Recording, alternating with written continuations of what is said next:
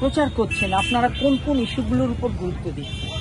মূল ইস্যু হচ্ছে দেশে যে ভয়ঙ্কর বেকারত্ব, পশ্চিমবাংলাতেও তাই ভয়ঙ্কর বেকারত্বের সমস্যা। নতুন প্রজন্ম, চাকরি নেই, বাকরি নেই, কিছু নেই। হলদিয়াতে দাঁড়িয়ে আছি, হলদিয়ায় শিল্প কলকারখানা তা কার্যত একের পর এক বন্ধ হয়েছে। নতুন ইনভেস্টমেন্ট, নতুন বিনিয়োগ তা আসেনি এবং তোলাবাজির দৌড়াতে শিল্পপতিরা হলদিয়া ছেড়েছে।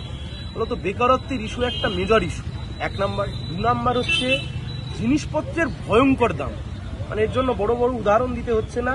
আলু পটলের দাম, ডালের দাম, চালের দাম, পেট্রোল, ডিজেল, কেরোসিন, এই সব কিছুর যে দাম বেড়েছে এটা মানুষ তার অভিজ্ঞতার মধ্যে দিয়ে বুঝতে পারছে।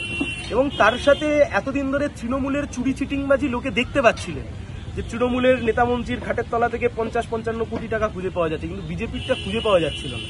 আজকে বিজেপি নির্বাচনী বন্ডের নামে যে 6,500 কোটি টাকার তোলা তুলেছে, দুর্নীতি করেছে, এটাও আমরা মানুষকে বিভিন্ন ইস্যুর মাধ্যমে নিয়ে আসছি। এবং অবশ্যই দেশ বাঁচানোর লড়াই, সংবিধান বাঁচানোর লড়াই, দেশ, ধর্মনিরপেক্ষতা, গণতন্ত্র, আমরা একটি গণতান্ত্রিক কাঠামোর মধ্যে রয়েছি।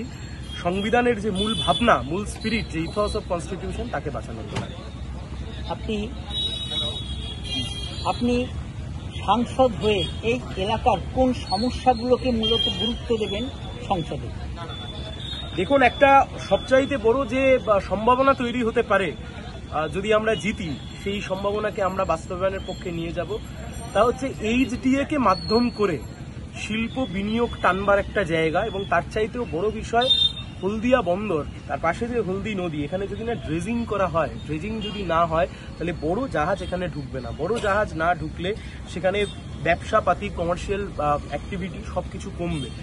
এই দুটো বিষয়কে আমরা প্রাইমারিলি টার্গেট করছি, 1 নম্বর কথা। 2 নম্বর কথা, যদি আপনি আমাকে এমনি জিজ্ঞাসা করেন, একটা সময় ছিল পশ্চিমবাংলা থেকে যারা সাংসদ হিসেবে নির্বাচিত হতেন, যারা পার্লামেন্টের সদস্য হতেন, তাদের বক্তৃতা শোনার জন্য গোটা বাদবাকি দেশের সাধারণ মানুষজনরা দাঁড়িয়ে থাকতেন, অপেক্ষা করতেন।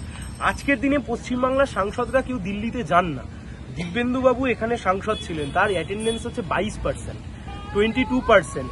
অন্যদিকে দাঁড়িয়ে তৃণমূল কংগ্রেসের সম্পাদক অভিষেক বন্দ্যোপাধ্যায়, তিনি আরো কম দিন পার্লামেন্টে গেছেন। ফলত পার্লামেন্টে নিয়মিত যাওয়া, পার্লামেন্টে গিয়ে বিভিন্ন বিলে অংশগ্রহণ করা, বিতর্কে অংশগ্রহণ করা এবং পশ্চিমবাংলার যে ঐতিহ্য, সেই ঐতিহ্যকে ফিরিয়ে আনা, এটা একটা বড় বিষয়। এটাকেও আমরা মাথায় রাখছি। এর বাইরে কোলাঘাট, ফুল চাষ, ময়নার মাছ চাষ, পান চাষ, সব মিলিয়ে গোটা তমলুক লোকসভা, এই সব কিছুকে মাথায় রেখে আমরা এগোতে চাই।